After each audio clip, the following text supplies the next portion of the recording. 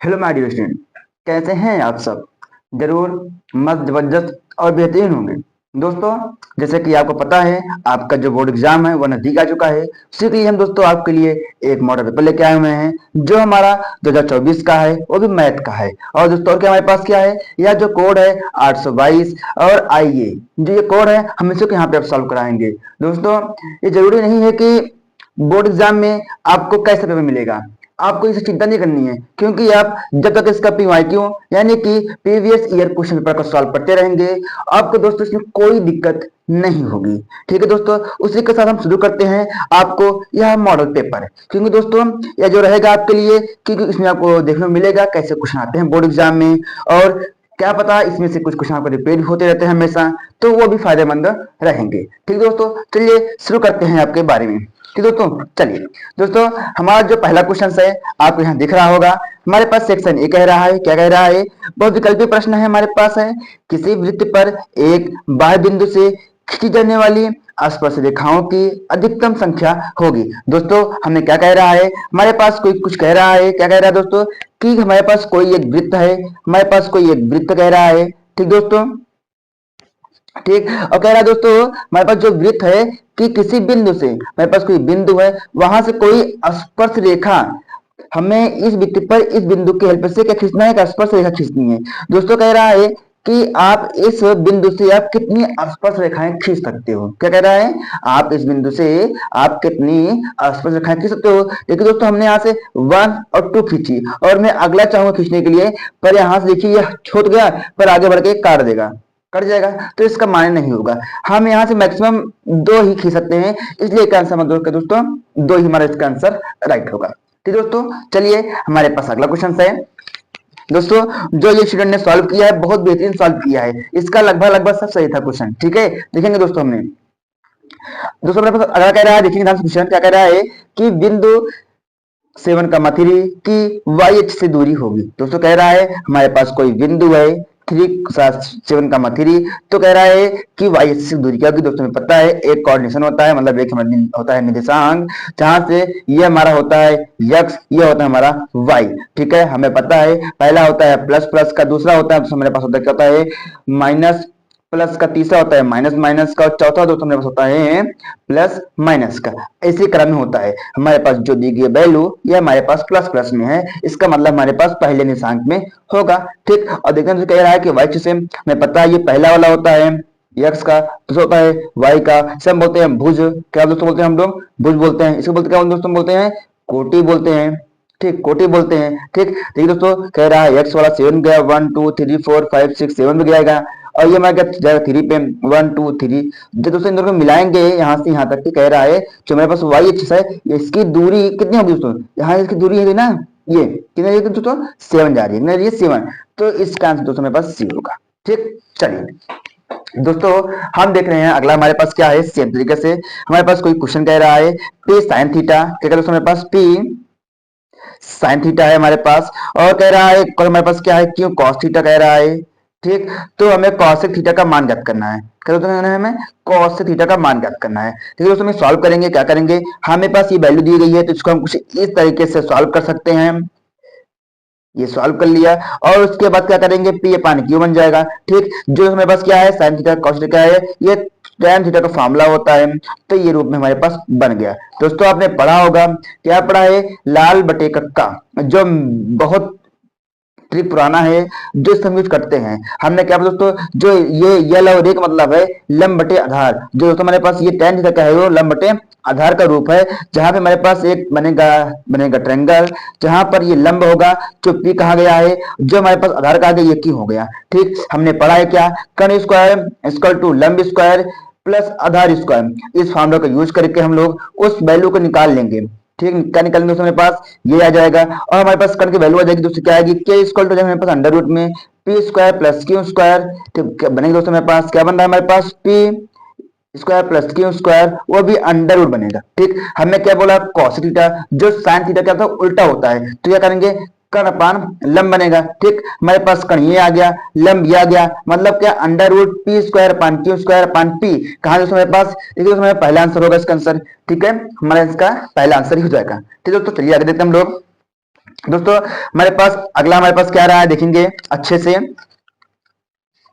हमारे पास tan theta sorry tan one हमारे पास है, फिर कह रहा है टेन टू है, फिर कह रहा है टेन थ्री है, फिर कह रहा है डट डट डट टेन 88 है, फिर कह रहा है 1089 है। कह रहा है इसका मान क्या होगा दोस्तों। दोस्तों जब इसको हम सॉल्व करेंगे, क्या करेंगे सॉल्व करने पर हमें क्या मिलेगा। देखिए दोस्तों हमने एक पढ़ा है, क्या पढ़ा है कि जब हम करते हैं ten theta sorry 1090 minus theta, वो क्या दोस्तों होता है हमारे पास कॉट थीटा। ये आपने पढ़ा होगा, ठीक है पढ़ा है, ठीक है किसमें त्रिकोणमिति में। तो क्या दोस्तों तो क्या करेंगे हम लोग टेन वन, ठीक है टेन टू, यहाँ टेन थ्री, ठीक डेट डैश आगे तो में जो है यहाँ पे टेन 90 में से मान लीजिए हम इसमें टू माइनस करेंगे तो हमारे पास क्या बनेगा 88 आएगा। सेम तरीके से टेन 90 में से हम वन माइनस करेंगे हमारे पास ये बनेगा 89। देखिए दोस्तों ये घटता क्रम में आकर के ये बनेगा, क्या बनेगा सॉल्व करेंगे हम लोग इसको tan one, tan two, tan three डेट डैश,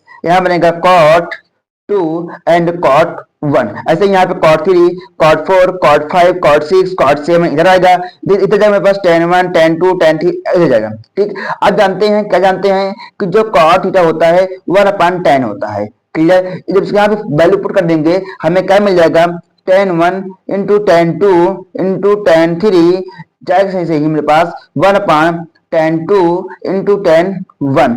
ऐसे ही सब बनेगी तो लगभग बस जो आएंगी तो बटे में आप हो जाएगी, जो आपस में कटने के चांसेस हमारे पास बन जाएंगे, जो कट करके आएंगे बस एक आंसर लाएगा। ठीक है आप जानते हैं कि जब भी हमारे पास कोई ऐसा होता है हम कोई भी संख्या काटते हैं हमारे एक आता ना कि जीरो आता है। ठीक है क्या दोस्तों मेरे पास आंसर वन आएगा। क्लियर है दोस्तों। अगला हमारे पास क्या कह रहा है यदि समीकरण x square plus p x minus q equal to zero के मूल बराबर हैं तो क्यू का मान होगा। दोस्तों जानते हैं जब मूल बराबर होता है एक फॉर्मूला तो मेरे पास P equal to P minus B square minus four A C, हम इसको फॉर्मूला यूज कर सकते हैं। यहाँ कहते हैं जो बी दिया गया है वो 5 है क्योंकि A X square plus B X plus C यह एक कोऑर्डिनेट यानी बहुपद का ये फॉर्मूला होता है जो इसी के बेस पे हम लोग फॉलो करते हैं। ठीक बी हमारे पास क्या 5 आ गया, 5 स्क्वायर हो गया। ठीक और फिर क्या करते हैं दोस्तों और फिर हमारे पास माइनस हो गया, जो 4 है हमारे पास 4 लिख दिया इंटू ए हमारे पास क्या है 3 हो गया।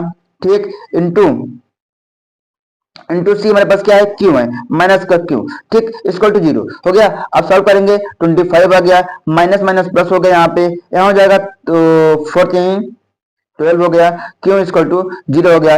इसको सॉल्व करें दोस्तों में क्यू इक्वल टू माइनस 25/12 बनेगा, जो इसका राइट आंसर मेरे पास दोस्तों ए हो जाएगा। क्लियर है आपको जो इसका आंसर समझ में आ गया होगा। दोस्तों जहां आपको ना समझ में आए वो हमें बताइएगा। ठीक दोस्तों चलिए हमारे पास दोस्तों अगला क्वेश्चन आ गया। दोस्तों हमारे पास अगला क्वेश्चन है वो भी किसका है समांतर श्रेणी का है। क्या कह रहा है हमारे पास समांतर श्रेणी का दिया गया है 62 59 डैश डैश 7 10। क्या पूछा है ग्रामर पद पूछा गया है। दोस्तों हमें पता है फॉर्मूला होता है सिंपल सा A N equal to A plus N minus one D होता है, ये हमें पता होता है। जिसका ये मतलब होता है पहला पद दिया गया हमारे पास -62 ठीक प्लस ये होता है दोस्तों जो हमें यानी कितना पद याद करना है कितना बोला है 11वां मतलब हमें यानी 11 दिया गया है। ठीक -1 डी पूछा गया है जो इन दोनों बीच का अंतर होता है। दोस्तों क्या होता है a2 माइनस a1 होता है। ठीक लोग कहते हैं d2 माइनस d1 भी किसको मानते हैं। ठीक जो आपको कंफर्टेबल लगे आप वही कर सकते हो। जिसको माइनस के दोस्तों मेरे पास आएगा 59 और यहाँ सॉल्व करेंगे हम लोग माइनस माइनस ये आएगा यहाँ आएगा माइनस का ये हो जाएगा।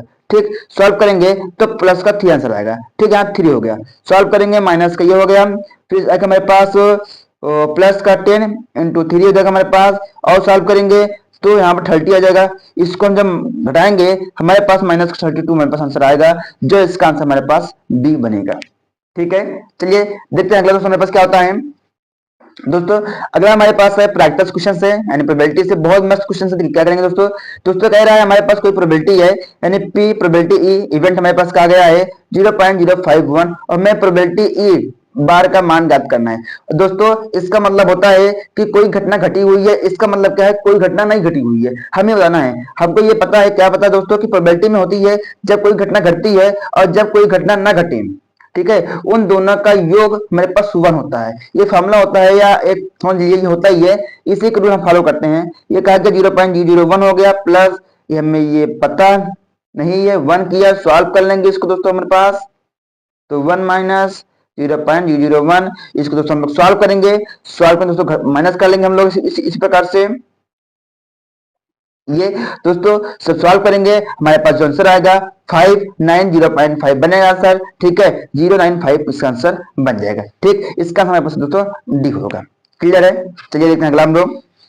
दोस्तों अगला बहुत बेहतरीन क्वेश्चन है, क्या होगा देखिए सिंपल सा कि एक थैले में लाल, ठीक है कह रहे हमारे पास कोई एक थैला है, क्या है हमारे पास कोई एक थैला है जिसमें क्या है 3 लाल है, हमारे पास 3 रेड बॉल है, ठीक 5 ब्लैक है, हमारे पास 5 क्या है ब्लैक बॉल है। ठीक, इस थैले में गेंद को अदृश्य वाला कोई व्यक्ति है जो एक गेंद को अदृश्य इसमें से निकालेगा, तो गेंद के लाल होने की प्रवृत्ता, ठीक है। तो देखिए हमारे पास पहले क्या होता है, देखिए टोटल बैग में कितने गेंद है 8 होंगी टोटल, ठीक है। अब देखिए क्या कहेगा लाल गेंद निकलेगा, निकले तो दोस्तों रेड रेड निकले, रेड गेंद कब निकलेगी दोस्तों जब हम लाल में से निकालेंगे, ब्लैक नहीं लाल में से, तो लाल में 3 है 3 3/8, ठीक दोस्तों ये।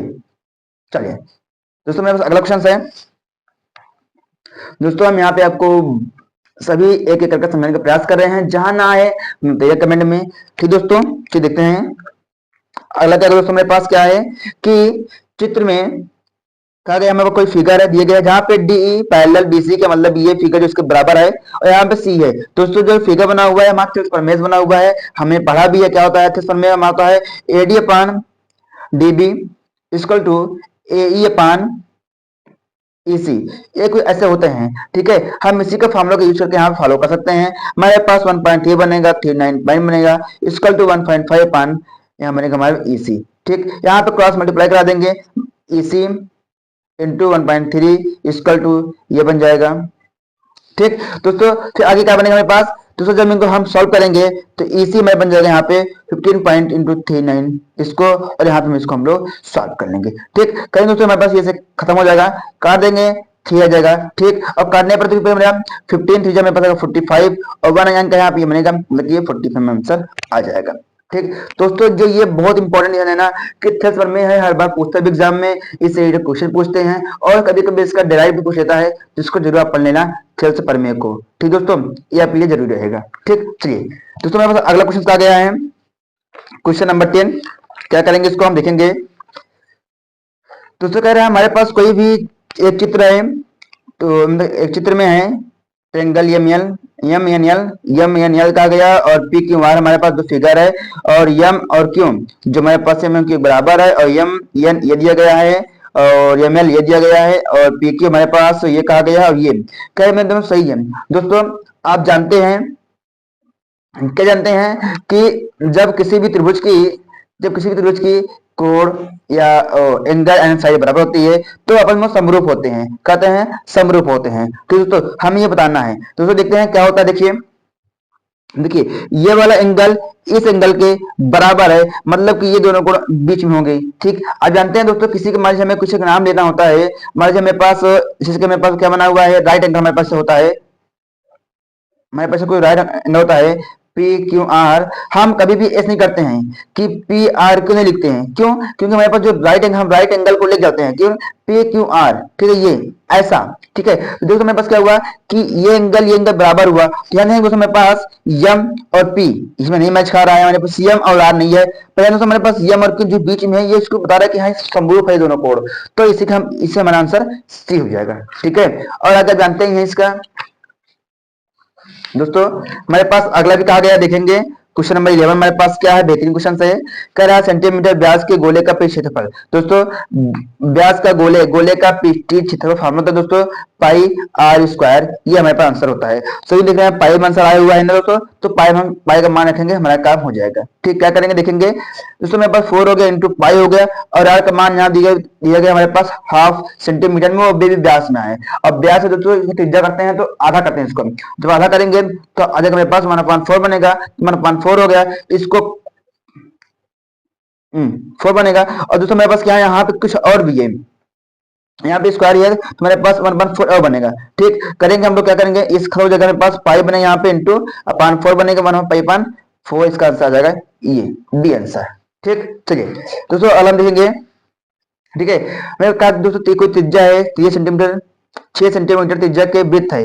ठीक है, और एक चाप केंद्र पर 330 का आंतरिक कोण संगत चाप की होगा। ठीक है दोस्तों, कह रहा है हमारे पास कोई भी संगत चाप निकालना है। फॉर्मूला आप जानते हैं ये क्या होता है हमारे पास, थीटा 360 पाई आर। ठीक है, हमें पता है 2 पाई आर था। ठीक है, हमने क्या किया, थीटा का मान 30 रखा है यहाँ पे, और हमारे पास जो वैल्यू दी गई है 300 पता ही था, 2 रखा है यहाँ पे, और पाई का मान हमें फॉलो नहीं दिया था, नहीं रखा। देखिए तो जब पाई का मान हमें इसमें दिया नहीं गया है विकल्प में, हम क्यों रखे मान, ठीक है, इंटू फिर यहाँ पे हमें कहा गया है क्या, आर आर सिक्स सी रखा। ठीक, इनको हम दोस्तों हल किया, हमारे पास आ गया पाई, इसका आंसर आएगा, यानी ऑप्शन डी हमारे पास यहाँ पे बनेगा। ठीक दोस्तों, चलिए दोस्तों हमारे पास अगला आंसर क्या है, 5 सेंटीमीटर त्रिज्या के, हमारे पास कोई 5 सेंटीमीटर त्रिज्या का एक वृत्त है। ठीक, और कह रहा है कि एक वृत्त के बिंदु पर खींची गई स्पर्श रेखा पी क्यू। ठीक है, कोई हमारे पास एक जो वृत्त है ना दोस्तों, इस पर कोई एक स्पर्श रेखा खींची गई है, क्या है, पी और क्यू में। ठीक, खींची गई है। ठीक, और केंद्र ओ, हमारे पास केंद्र ओ से जाने वाली एक रेखा बिंदु क्यू पर मिलती है। कह रहे हैं यहाँ से ये रेखा आपस में मिल रही है, तो ओ क्यू जो ओ क्यू क्या है, 12 हो गई, पी क्यू हमारे पास क्या है, ये हमें फाइंड करना है। ठीक, और जो दोस्तों ये जो ओपी है, ये त्रिज्या ये 5 सेंटीमीटर ये हमारे पास होती है। दोस्तों आप जानते हैं, क्या जानते हैं कि केंद्र से वृत्त पर डाला गया जो लंब होता है दोस्तों, डालते हैं हम लोग, ये एक लंब होता है। क्या होता है दोस्तों, एक लंब होता है जो 90 डिग्री का कोण बनाता है। ठीक, मतलब दोस्तों आप यहाँ पे लंब बटे कर्ण गणित इसका फॉलो करके आप यहाँ इसकी वैल्यू साइन से निकाल लेंगे। ठीक दोस्तों, चलिए इसके साथ हमारे पास ये हमने सॉल्व किया है, आपको देखिए इसका आंसर हमारे पास होगा। चलिए दोस्तों अगला हमारे पास क्या है, 40 में कह रहा है दोस्तों, हमारे पास कह रहा है संख्याओं 882 एंड हमारे पास कह रहा है 78 का एचसीएफ निकालना है। दोस्तों देख सकते हैं दोस्तों, मैं यहाँ निकाला हुआ है, क्या करेंगे हम लोग कि हमारा जो संख्या छोटी है, जो इसका एचसीएफ निकालेंगे हम लोग, क्या था दोस्तों, ये दोस्तों हमारा ओल्ड मेथड है, और जब से करेंगे दोस्तों, जब देंगे 2 बार तो मैं आएगा 56, इसको हल करेंगे तो आएगा 26 आएगा, और जब इसी को फिर हल करेंगे हम दोस्तों, इस बार से आएगा 3 बार, और हमारे पास आंसर ये आ जाएगा। ठीक, तो हमारे पास जो एचसीएफ होता है दोस्तों, ये होता है बस क्या होता है 26 का आंसर आएगा, यानी बी।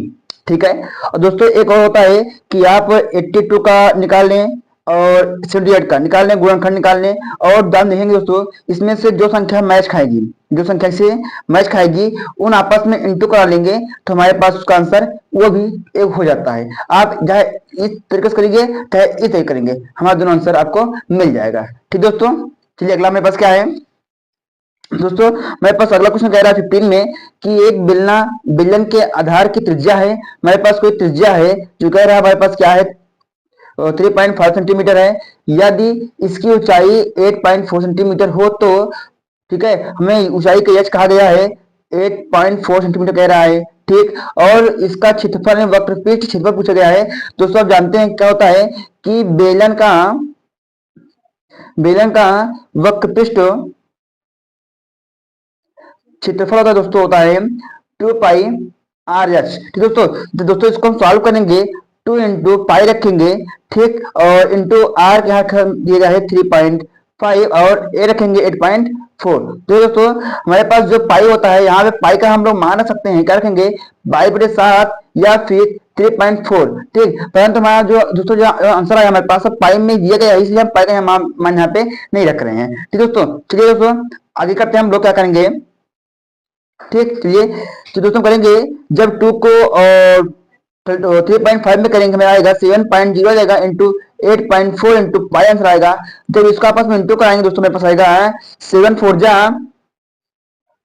28 होता है, और 8 करेंगे फिर पॉइंट लग जाएगा यहाँ पे 5 8 बनेगा, और पाई बाद में सेंटीमीटर स्क्वायर, जो हमारा ये आंसर बनेगा, जो आंसर दोस्तों मेरे पास डी है।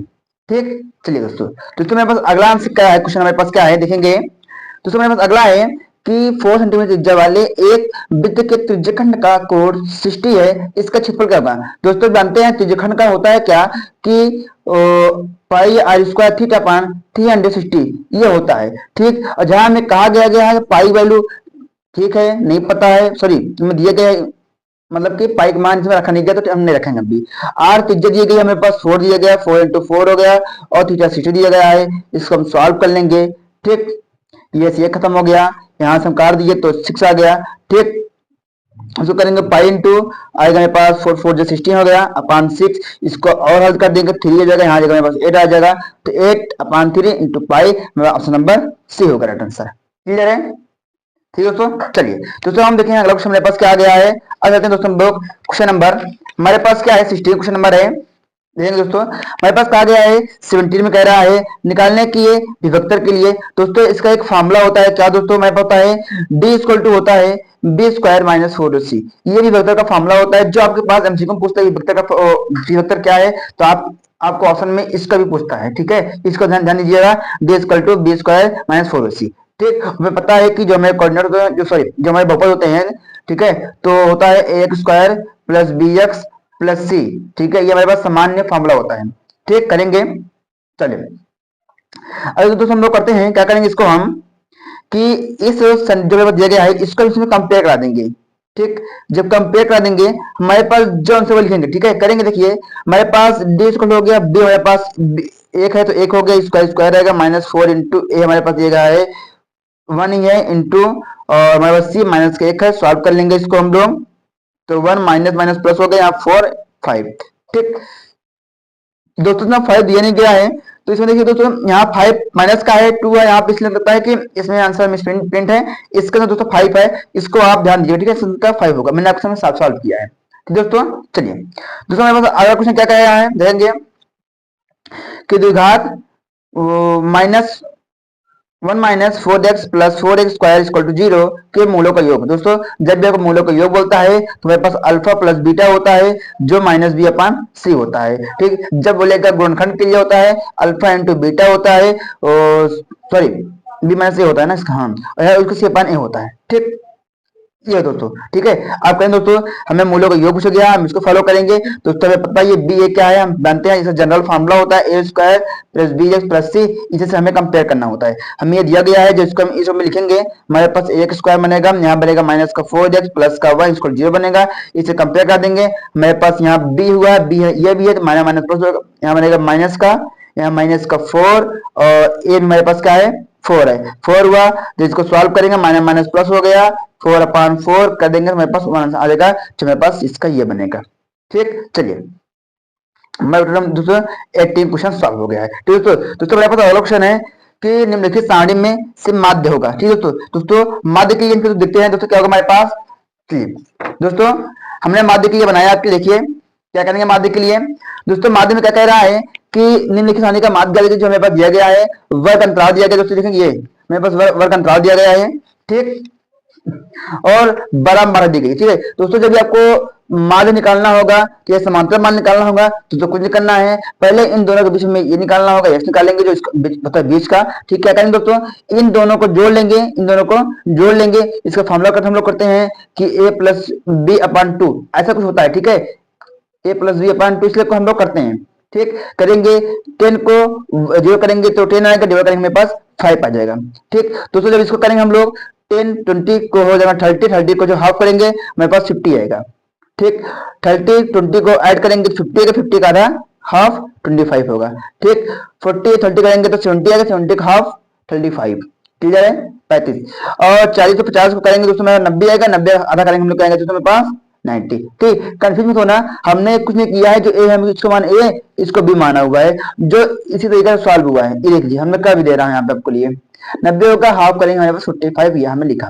ठीक, चलिए दोस्तों आप कह रहा है एफ का, यानी कि हमारे पास जो एफ है ना, ये बड़ा बातों के बोलते हैं फ्रीक्वेंसी, जो हम लोग एफ करते हैं दोनों। ठीक है, अब इन दोनों आपस में मल्टीप्लाई कर देंगे। ठीक है, क्या करेंगे 4 इंटू 5 होगा 20 होता है, 50 यानी 7 यानी कि 15 से होता है दोस्तों मेरे पास 105 होता है, यानी कि 50 105 होता है, 25 पंचे 125 होता है दोस्तों, 35 अट्ठे 280 होता है। ठीक, और 90 को अच्छे दोस्तों मेरा 20,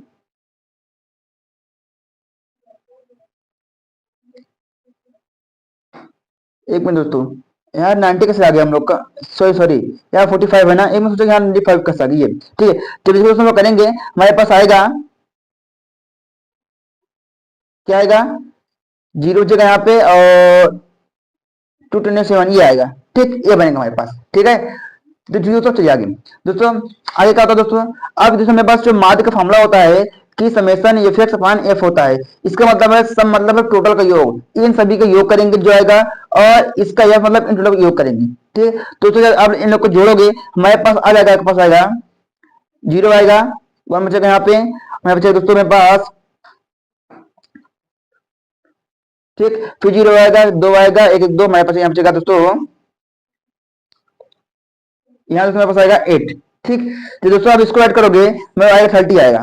ठीक, अब रखेंगे हम लोग सॉल्व करेंगे इसके लिए, और मेरे पास 30 आ जाएगा, हम लोग करेंगे इसको तो मेरे पास आएगा कुछ लगभग ये बनेगा।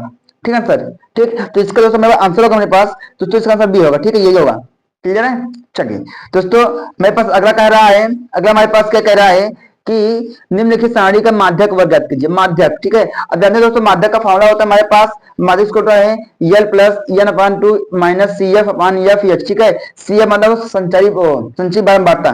ठीक, इसको करेंगे दोस्तों मेरे पास ये है संचयी बारंबारता निकालने के लिए कुछ करना होता है, हमें जो ये अंक है जोड़ना होता है। ठीक है, 8 है, 8 लिखा, 8 में 6 जोड़ देंगे।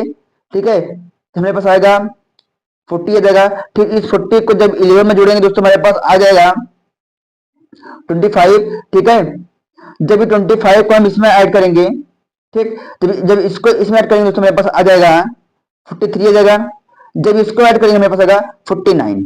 ठीक, ये हमारे पास होता है। ठीक है दोस्तों, दोस्तों जब हम लोग निकालते हैं इसका पहले संचयी बारंबारता देखते हैं दोस्तों, करने के दो तीन तरीके होते हैं। ठीक, तो क्या देखते हैं दोस्तों, देखेंगे कि जो 1 2 3 4 5 ना देखते हैं दोस्तों, इन दोनों बीच में क्या होगा, क्या होगा इन दोनों के बीच में। ठीक है ना, 1 2 3 4 5 ये जो देखिए बीच में ना यही वाला मैक्सिमम केस में देखते हैं काम देते हैं बीच वाला। ठीक, जब बीच में ना होता कभी 6 मालिश हो गए तो दो में से कोई हम लोग एक ले लेते हैं। ठीक है, कुछ इस तरीके से करते हैं। ठीक,